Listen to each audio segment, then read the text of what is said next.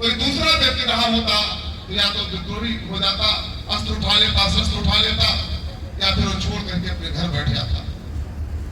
पर बाबा साहब इतने विचारों के धनी थे, उनको ऐसा संस्कार मिला था, उन्होंने हार नहीं मानी।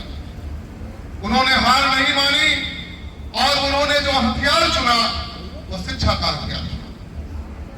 और शिक्षा का हथियार चुन करके उनके साथ चाहे जैसा भी व्यवहार हुआ, उस व्यवहार को उन्होंने आड़े हाथों नहीं आने दिया, उन्होंने अपने ऊपर हावी नहीं होने दिया।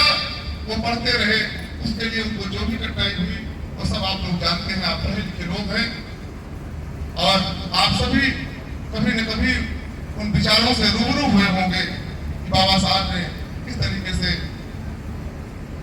संघर्षों से उनका पाला था। लेकिन होनहार विद्वान के हो चीखने बाद जो जिस काम के लिए पैदा होता है, नियत जिसको जिस काम के लिए पैदा करती है, वह कार्य अपने आप करने लगता है।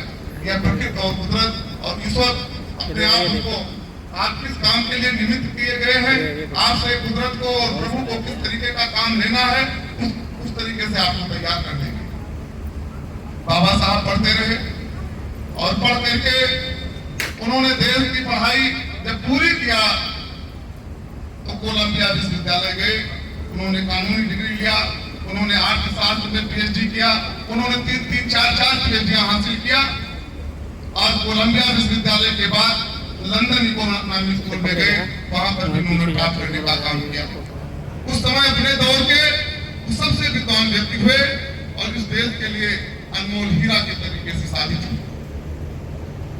क्योंकि हमारे समाज में तमाम प्रकार की जो विषमताएं थी, गैर बराबरी का जो एक खाई बनी हुई थी, उसके नाते जो समस्याओं से रूबरू हुए और उन्होंने जो राष्ट्र के प्रति योगदान था, जो समाज के प्रति योगदान था, और विशेषकर जिस समाज में पैदा हुए थे वो दलित समाज में पैदा हुए थे।